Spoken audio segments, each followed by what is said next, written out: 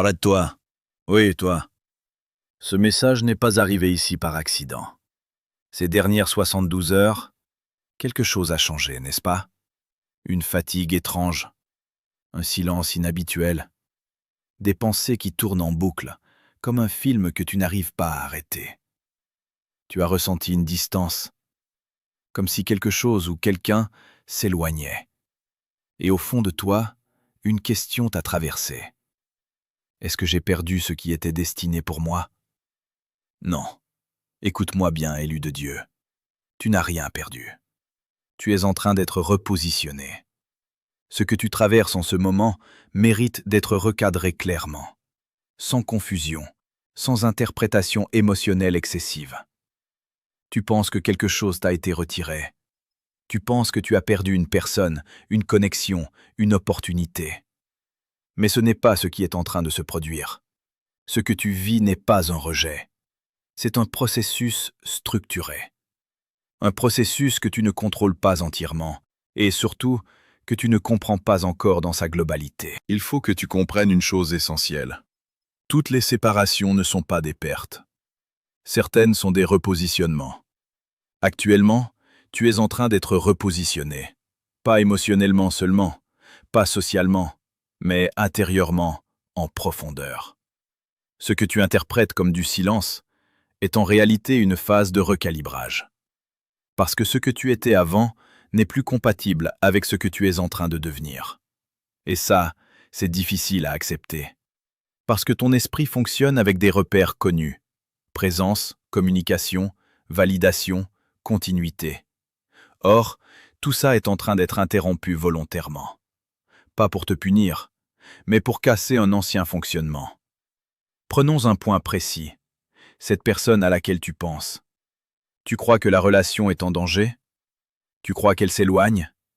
Tu crois que quelque chose est en train de se dégrader? Mais ce que tu ne vois pas, c'est que la dynamique elle-même est en train d'être transformée. Parce que si vous vous retrouviez maintenant dans l'état actuel, vous reproduiriez exactement les mêmes schémas, les mêmes réactions, les mêmes attentes, les mêmes déséquilibres. Et le résultat serait identique. C'est pour ça qu'il y a une pause. Pas une pause vide, une pause stratégique. Tu dois comprendre que certaines connexions ne peuvent pas évoluer si elles restent continues. Il faut une interruption, un espace, une distance. Pourquoi? Parce que c'est dans cette distance que les ajustements se font. Actuellement, tu es en train d'être ajusté. Tes réactions sont testées. Ta patience est mise sous pression. Ta dépendance émotionnelle est exposée. Et surtout, ta capacité à exister sans cette personne est en train d'être développée. C'est un point central. Parce qu'une relation saine ne peut pas se construire sur un besoin constant. Elle doit se construire sur une stabilité intérieure. Et cette stabilité, tu ne l'avais pas encore complètement. C'est pour ça que le processus est inconfortable. Parce qu'on t'enlève les repères qui te donnaient une sensation de sécurité. Mais cette sécurité était fragile. Elle dépendait de quelque chose d'extérieur. Et maintenant, on t'oblige à la reconstruire autrement. De l'intérieur. Ce que tu ressens comme un vide est en réalité un espace de construction. Mais ton cerveau ne l'interprète pas comme ça. Il l'interprète comme une perte. Et donc il génère de l'anxiété, de l'attente, de la rumination, du doute. Tu te poses des questions en boucle. Pourquoi ça a changé? Est-ce que j'ai fait quelque chose de mal? Est-ce que c'est fini? Mais ces questions partent d'un mauvais point de départ. Tu analyses la situation comme si elle était accidentelle, alors qu'elle est intentionnelle. Il y a une organisation derrière ce que tu vis, pas forcément visible, pas forcément compréhensible immédiatement, mais réelle. Parce que ton évolution actuelle nécessite des conditions spécifiques. Et ces conditions incluent la solitude, l'incertitude, le ralentissement. Pourquoi le ralentissement? Parce que tu allais trop vite émotionnellement, trop vite dans l'attachement, trop vite dans les projections. Et quand quelque chose va trop vite, il devient instable. Donc, on ralentit, on coupe le rythme. On te met face à toi-même. Et c'est là que le vrai travail commence. Parce que sans distraction, sans validation extérieure, tu es obligé de te confronter à ce que tu es vraiment. Pas à l'image que tu montres, pas à la version que tu projettes, mais à ton état réel. Et ce n'est pas toujours confortable. Tu réalises certaines choses, que tu t'attachais vite, que tu avais peur de perdre, que tu cherchais des signes en permanence, que ton équilibre dépendait de l'autre. Ce sont des prises de conscience importantes. Parce que tant qu'elles ne sont pas visibles, elles ne peuvent pas être corrigées. Et sans correction, il n'y a pas d'évolution. Donc oui, ce que tu vis est difficile. Mais c'est aussi précis. Chaque élément a une fonction, même le silence. Le silence te force à observer, à réfléchir autrement, à sortir des réactions automatiques. Avant, tu avais une réponse immédiate, un message, un échange. Maintenant, tu dois gérer l'absence de réponse.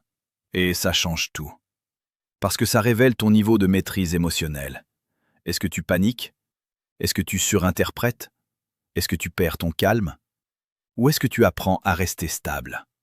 C'est ça le vrai test. Et ce test est nécessaire.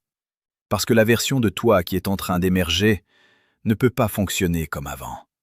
Elle doit être plus solide, plus posée, moins dépendante.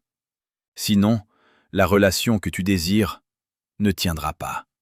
C'est aussi simple que ça. Ce n'est pas une question de sentiment, c'est une question de structure. Une relation durable a besoin d'une base stable. Et cette base, c'est toi. Pas l'autre. Toi. Donc, on te travaille. On te façonne. On te met dans des conditions où tu dois évoluer. Pas parce que tu es insuffisant, mais parce que tu es en transition. Et cette transition demande des ajustements. Regarde ce qui a changé chez toi récemment. Ta manière de penser, ta sensibilité, ta perception des choses, ton rapport au temps. Tu n'es déjà plus exactement la même personne. Mais tu n'es pas encore complètement stabilisé dans cette nouvelle version. Donc, il faut du temps. Et ce temps, il est imposé. Pas choisi. C'est ça qui est difficile. Parce que tu aimerais accélérer. Tu aimerais avoir des réponses. Tu aimerais reprendre le contrôle. Mais ce processus ne fonctionne pas comme ça. Il avance selon un rythme précis. Un rythme que tu ne peux pas forcer. Parce que forcer irait à l'encontre de l'objectif. L'objectif, ce n'est pas de te donner ce que tu veux immédiatement, c'est de te préparer à pouvoir le gérer correctement. Et ça, c'est différent. Parce que recevoir quelque chose sans être prêt, c'est le perdre rapidement.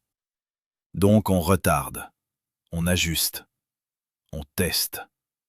Et pendant ce temps, tu doutes. C'est normal. Mais ton doute ne reflète pas la réalité. Il reflète ton manque de visibilité. Tu ne vois pas l'ensemble du processus. Tu ne vois qu'une partie. Et cette partie te semble incohérente. Mais elle ne l'est pas. Elle est simplement incomplète. Tu es dans une phase intermédiaire entre ce que tu étais et ce que tu vas devenir. Et cette phase est instable. C'est pour ça que tu ressens autant de fluctuations. Un jour tu es confiant, le lendemain tu doutes. Un jour tu lâches prise, le lendemain tu replonges. Ce n'est pas un problème, c'est un indicateur. Ça montre que le processus est en cours, mais il n'est pas terminé. Et tant qu'il n'est pas terminé, tu ne peux pas juger le résultat. Donc, au lieu de te concentrer sur ce que tu perds, regarde ce que tu es en train de développer, parce que c'est ça le vrai enjeu.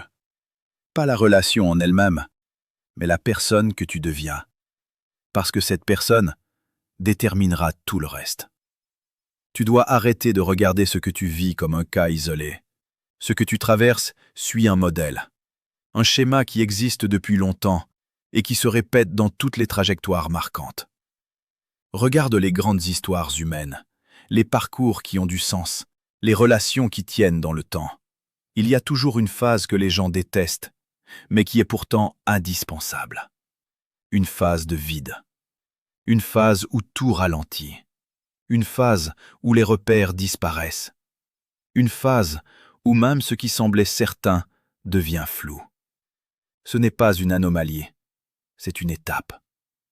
Le problème, c'est que tu interprètes cette étape comme une régression, alors qu'en réalité, c'est une transition. Tu penses que tu recules, mais tu es en train de changer de niveau. Et ce changement de niveau ne peut pas se faire dans le bruit. Il ne peut pas se faire dans l'agitation constante, dans les échanges permanents, dans les validations répétées. Pourquoi? Parce que tout ça maintient les anciens automatismes. Et si les anciens automatismes restent actifs, rien ne change vraiment. Tu peux avoir l'impression d'avancer, mais en réalité, tu tournes en rond. C'est pour ça qu'il y a une coupure. Pas forcément totale, mais suffisante pour créer un espace. Et cet espace, tu le ressens comme un vide. Mais il faut corriger cette perception. Ce n'est pas un vide. C'est une zone de transformation. Prenons une analogie simple et concrète. Quand une graine est plantée, elle est enterrée. Si tu observes uniquement la surface, tu vas conclure qu'il ne se passe rien. Pire encore, tu pourrais croire que la graine a disparu. Mais en réalité, c'est exactement à ce moment-là que le processus commence. Sous terre, il y a une activité intense. La graine se décompose partiellement. Elle change de structure. Elle développe ses premières racines. Tout ça est invisible. Et pourtant, c'est la partie la plus importante. Parce que sans cette phase cachée, rien ne pousse. Maintenant, imagine que tu refuses cette phase. Imagine que tu déterres la graine tous les jours pour vérifier si elle avance. Qu'est-ce qui se passe? Tu interromps le processus. Tu empêches la croissance. C'est exactement ce que tu fais mentalement. Tu veux voir des résultats immédiats. Tu veux des signes visibles. Tu veux des confirmations. Et à chaque fois que tu ne les as pas, tu paniques.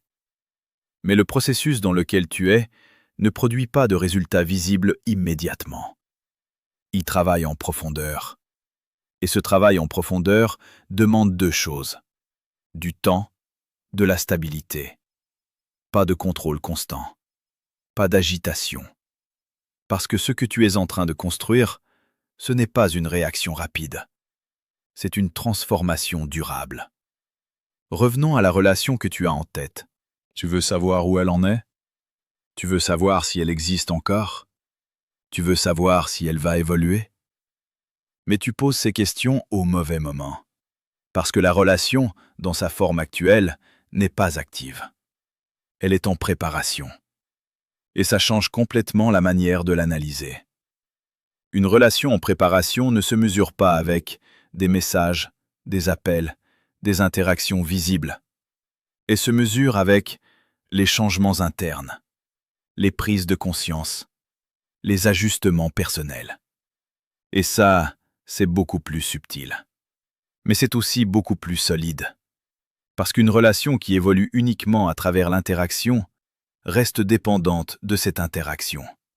Alors qu'une relation qui évolue à travers la transformation des deux individus devient stable. Actuellement, ce qui se passe, c'est que toi, tu es en train d'être transformé. Et l'autre personne, de son côté, vit probablement aussi ses propres ajustements. Même si tu ne les vois pas. Même si tu n'en as aucune preuve. C'est là que ton mental intervient. Il veut des certitudes, il veut des preuves, il veut des garanties. Mais dans ce type de processus, il n'y en a pas immédiatement. Et c'est volontaire. Parce que l'absence de garantie te force à développer autre chose, la confiance. Pas la confiance naïve, pas la confiance basée sur des promesses, mais une confiance plus profonde. Une confiance dans le processus.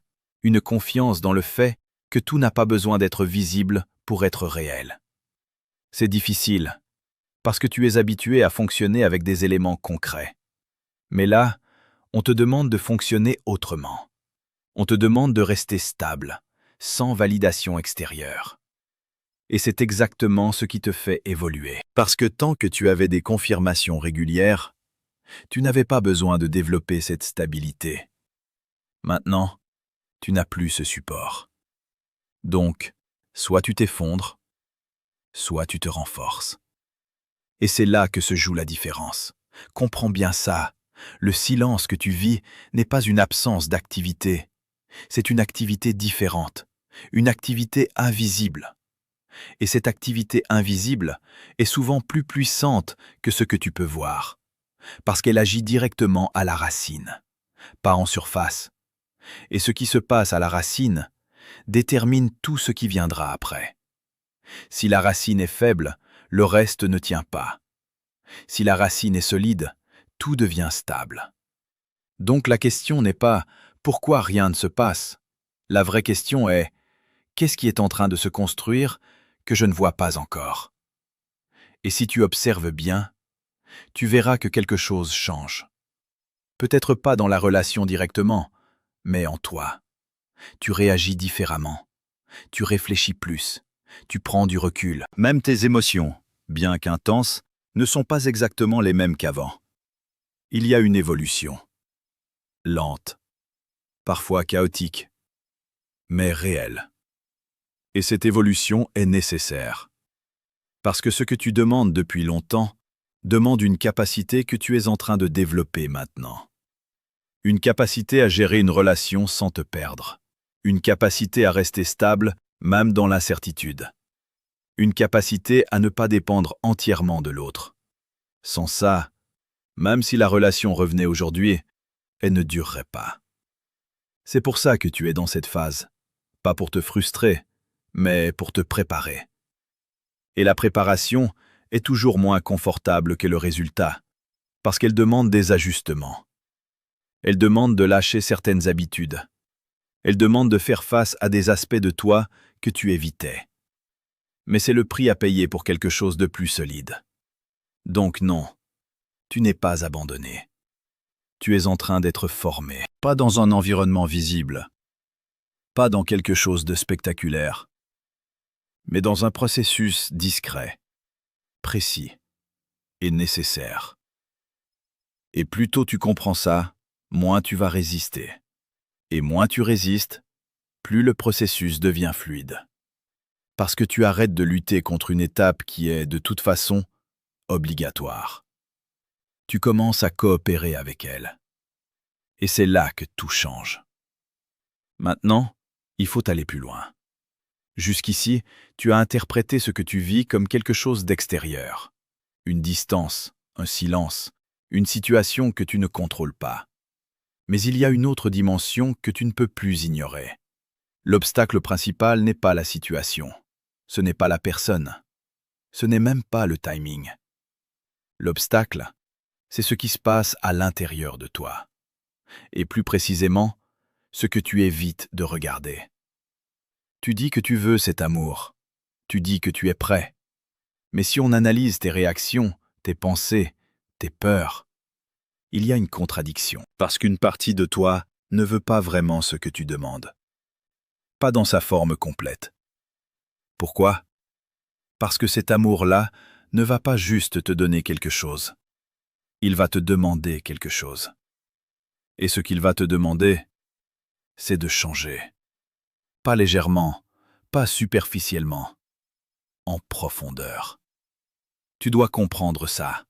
Un amour puissant ne confirme pas simplement qui tu es. Il te révèle. Il met en lumière ce que tu caches.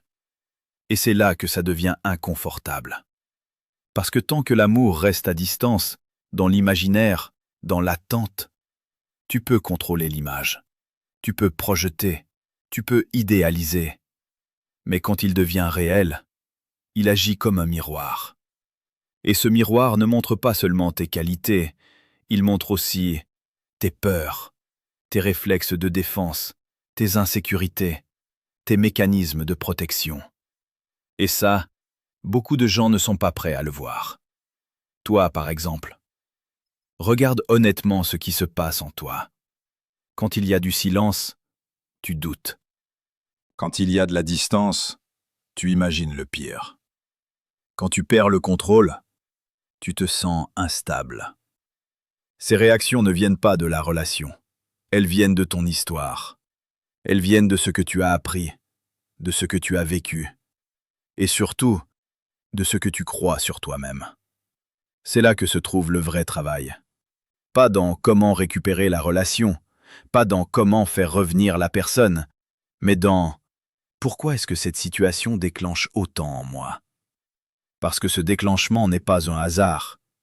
Il révèle des zones non stabilisées, des zones que tu as contournées jusqu'à maintenant, et que tu ne peux plus éviter.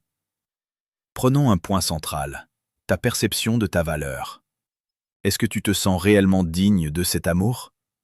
Pas en théorie, pas dans ce que tu dis, mais dans ce que tu ressens profondément. Si tu es honnête, il y a une hésitation.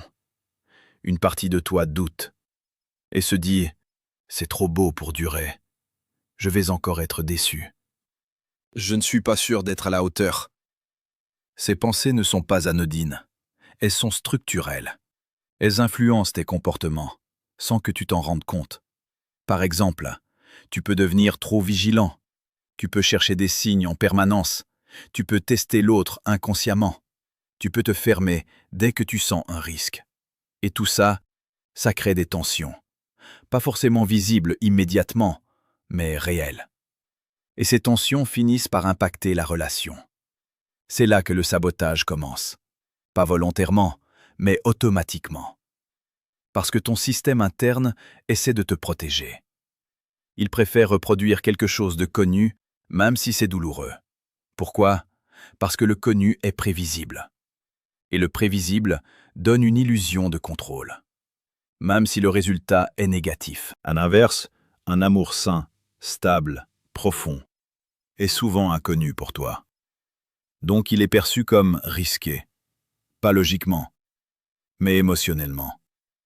Et c'est là que se crée un conflit intérieur. Une partie de toi veut avancer, l'autre freine. Une partie de toi veut construire, l'autre anticipe la chute. Et ce conflit, tu le ressens comme de la confusion, comme du doute. Mais en réalité, c'est une lutte entre deux versions de toi. Ton ancienne version et celle que tu es en train de devenir. Ton ancienne version est basée sur des expériences passées, des déceptions, des croyances limitantes. Elle a construit des règles pour te protéger. Ne t'attache pas trop. Ne fais pas confiance trop vite. Prépare-toi au pire. Ces règles t'ont servi à un moment. Elles t'ont évité certaines douleurs. Mais aujourd'hui, elles deviennent un obstacle. Parce qu'elles ne sont pas compatibles avec ce que tu veux maintenant. Tu ne peux pas construire quelque chose de stable avec des réflexes basés sur la peur. Ça ne fonctionne pas. Et c'est pour ça que tu es confronté à ça maintenant. Pas plus tard, pas après. Maintenant. Parce que cette relation ou cette connexion agit comme un révélateur. Elle met en évidence ce qui doit être ajusté. Et c'est là que beaucoup échouent. Pas parce qu'ils n'ont pas la bonne personne, mais parce qu'ils restent attachés à leur ancienne identité. Ils continuent à fonctionner avec les mêmes mécanismes. Ils ne remettent pas en question leurs réactions. Ils pensent que le problème vient de l'extérieur. Alors ils répètent encore et encore le même schéma, jusqu'à ce que ça casse. Et ensuite ils concluent « ça ne marche jamais ». Mais ce n'est pas que ça ne marche jamais. C'est que rien n'a changé en profondeur. Toi, tu es à un point différent. Tu es en train de voir ce mécanisme, et ça change tout. Parce que voir, c'est le début de la transformation. Mais voir ne suffit pas. Il faut aussi accepter. Accepter que certaines parties de toi doivent évoluer. Pas être rejeté, pas être ignoré, mais être transformé. Et ça demande un effort conscient. Pas énorme, mais constant. Par exemple, quand une pensée négative arrive, tu ne la suis pas automatiquement. Tu la observes. Tu la questionnes. Est-ce que c'est un fait ou une peur? Quand une émotion monte, tu ne réagis pas immédiatement. Tu prends un temps. Tu la laisses passer. Tu évites de créer une action basée uniquement sur elle. Ce sont des petits ajustements, mais cumulés, ils changent tout. Parce qu'ils modifient ton fonctionnement. Et c'est ça, le vrai travail. Pas spectaculaire, pas visible immédiatement, mais profond. Et ce travail est indispensable. Parce que sans lui, Même ce qui est écrit pour toi ne peut pas se stabiliser. Pas parce que ça ne t'est pas destiné, mais parce que tu n'es pas encore aligné avec ça. Et l'alignement, il ne se décrète pas, il se construit. Étape par étape, réaction par réaction, prise de conscience par prise de conscience. Donc si tu ressens cette tension intérieure, ce n'est pas un signe que quelque chose ne va pas. C'est un signe que quelque chose est en train de bouger. Mais la direction dépend de toi. Soit tu restes fidèle à ton ancienne version, soit tu commences à agir comme la personne que tu es en train de devenir. Et cette décision, elle se prend maintenant, pas plus tard. Arrivé à ce point, il faut être clair. Tu n'es plus au même endroit qu'au début. Quelque chose a déjà changé. Pas forcément à l'extérieur, mais dans ta manière de comprendre ce que tu vis. Et ça, c'est le vrai basculement. Parce que tant que tu restes dans l'incompréhension, tu subis.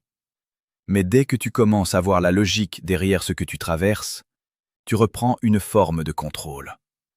Pas un contrôle sur les événements, mais un contrôle sur ta posture. Et c'est exactement ce qui est en train de se produire.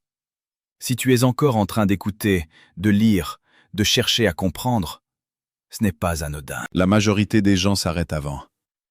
Ils restent bloqués dans la frustration. Ils veulent des réponses rapides, ils refusent l'inconfort. Toi, tu es encore là. Et ça indique quelque chose de précis. Tu es en train de passer un cap. Ce cap, ce n'est pas une récompense immédiate, c'est une transformation. Tu es en train de sortir d'un mode de fonctionnement automatique pour entrer dans quelque chose de plus conscient. Avant, tu réagissais. Maintenant, tu observes. Avant, tu interprétais tout comme personnel. Maintenant, tu commences à voir les mécanismes. Avant, tu voulais contrôler. Maintenant, tu comprends que tout ne dépend pas de toi. C'est ça le changement. Et ce changement est plus profond que tu ne le penses. Parce qu'il ne concerne pas seulement cette situation. Il concerne ta manière de vivre les relations, les attentes, les incertitudes. C'est une reconfiguration. Ton système interne est en train d'être ajusté. Tes anciennes références ne fonctionnent plus. Tes anciennes certitudes ne tiennent plus. Et ça crée une sensation d'instabilité. C'est normal.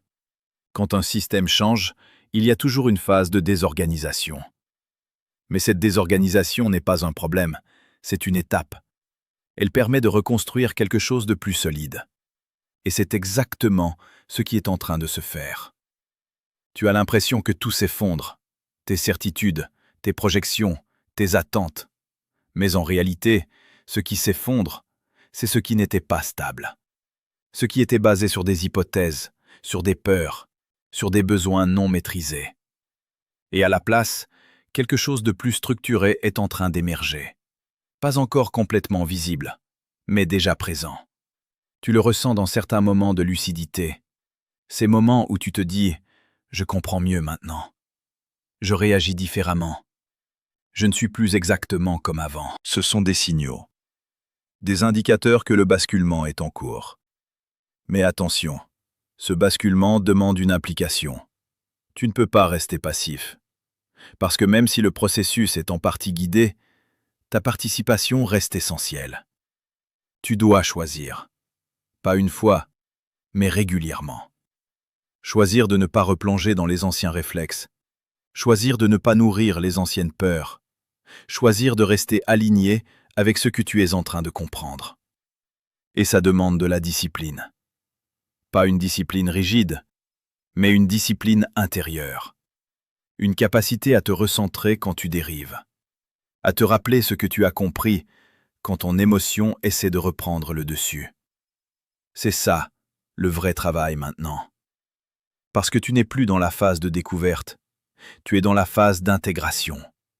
Et l'intégration, c'est ce qui fait la différence entre quelqu'un qui comprend et quelqu'un qui change vraiment. Comprendre sans intégrer ne transforme rien. Intégrer, c'est agir différemment, même quand c'est inconfortable. même quand ton réflexe initial te pousse ailleurs. Et plus tu fais ça, plus la nouvelle version de toi devient stable. Moins tu oscilles, moins tu doutes, moins tu te laisses emporter. Tu deviens plus constant. Et cette constance, c'est ce qui rend une relation possible sur le long terme. Parce qu'une relation ne repose pas sur des pics émotionnels, elle repose sur une stabilité. Et cette stabilité commence par toi. Maintenant, parlons clairement de cette connexion. Tu continues à te demander si elle est réelle, si elle va revenir, si elle va évoluer. Mais la question est en train de changer. Ce n'est plus « est-ce que ça va se faire ?» C'est « est-ce que je serai prêt quand ça se fera ?» Parce que oui, ce type de connexion ne disparaît pas comme une simple interaction. Mais elle ne fonctionne que si les deux personnes atteignent certains niveaux. Sinon, elle reste bloquée. Ou elle se détruit. C'est pour ça que tout ce que tu vis maintenant est une préparation. Pas une attente vide. Une préparation active. Et cette préparation te transforme. Elle modifie ta manière de voir, de réagir, de ressentir. Elle enlève ce qui est en trop. Elle renforce ce qui est nécessaire. Et progressivement, tu deviens quelqu'un de différent. Pas complètement nouveau, mais plus aligné, plus stable, plus conscient. Et c'est cette version de toi qui est capable de vivre ce que tu demandes. Maintenant, il n'y a plus besoin d'interpréter. Il faut ancrer une vérité. Pas une idée vague, pas une croyance réconfortante, une vérité structurelle. Ce qui est réellement destiné pour toi ne dépend pas uniquement des circonstances actuelles. Ça ne dépend pas d'un message reçu ou non. Ça ne dépend pas d'un moment de doute. Ça ne dépend pas d'une phase de distance. Ces éléments peuvent fluctuer. Ils peuvent te perturber. Mais ils ne définissent pas le résultat final. Parce que ce qui est aligné avec toi sur le long terme trouve toujours un chemin. Pas forcément direct, pas forcément rapide, mais inévitable. Et ça, il faut que tu le comprennes sans le déformer. Ça ne veut pas dire que tout arrive sans effort, ça ne veut pas dire que tu peux rester passif. Ça veut dire que ce qui est réellement fait pour toi ne peut pas être perdu à cause d'une phase temporaire. Maintenant, applique ça à ta situation. Tu penses que tu es en train de perdre cette personne, mais ce que tu vis n'a pas la structure d'une perte définitive. C'est une phase qui a une fonction, une phase qui agit sur toi, et probablement aussi sur l'autre personne, même si tu n'en es pas témoin, parce que tout ne se passe pas sous tes yeux. Et heureusement. Sinon, tu interférerais constamment avec le processus. Donc, on te met à distance. On limite ton accès, pas pour t'exclure, mais pour protéger ce qui est en train de se construire. C'est une logique de préservation, pas d'abandon. Mais pour que cette logique fonctionne, il y a une condition. Et cette condition, elle te concerne directement. Tu dois évoluer. Pas pour mériter quelque chose, mais pour être capable de le maintenir. Parce que recevoir est une chose, conserver en est une autre. Et beaucoup de gens échouent à ce niveau-là. Ils obtiennent ce qu'ils veulent, mais ils ne savent pas le gérer. Donc, ils le perdent. Et ils ne comprennent pas pourquoi. Toi, tu es en train d'éviter ça. Parce que tu es travaillé en amont. Tu es préparé avant. Et même si c'est inconfortable, c'est beaucoup plus efficace. Parce que quand ça arrivera, tu ne seras pas surpris. Tu ne seras pas instable. Tu seras prêt. Maintenant, il faut que tu intègres une dernière chose. Tu n'es pas en train d'attendre cette personne. Tu es en train de devenir quelqu'un. Et cette distinction change tout. Parce que si tu restes dans l'attente, tu restes dépendant. Tu mets ton énergie à l'extérieur. Tu subis le temps. Mais si tu te concentres sur ce que tu deviens, tu reprends le pouvoir. Tu utilises le temps. Tu avances. Et paradoxalement, c'est ce qui rapproche le résultat. Parce que tu te mets en alignement avec ce qui est nécessaire. Donc arrête de mesurer cette connexion uniquement avec ce que tu vois aujourd'hui. Ce que tu vois est partiel. Ce que tu vis est une phase. Et cette phase a un objectif précis. Te transformer, te stabiliser, te préparer. Pas à te faire perdre, pas à te punir, te préparer. Et plus tu coopères avec ça, plus tout devient cohérent. Même le silence, même la distance, même les moments de doute. Tout prend sens. Parce que tu changes de perspective. Tu ne regardes plus la situation comme une perte. Tu la regardes comme un processus. Et ce changement de regard, c'est ce qui te permet d'avancer correctement. Alors retiens ça et ne le déforme pas. Tu n'es pas en train de perdre cette connexion. Tu es en train de devenir la version de toi capable de la vivre sans la détruire. Et ça, c'est ce qui fait toute la différence. Alors écoute bien cette vérité et grave-la en toi. Ce qui est destiné pour toi ne peut pas te manquer. Ce qui est écrit pour toi ne peut pas être volé.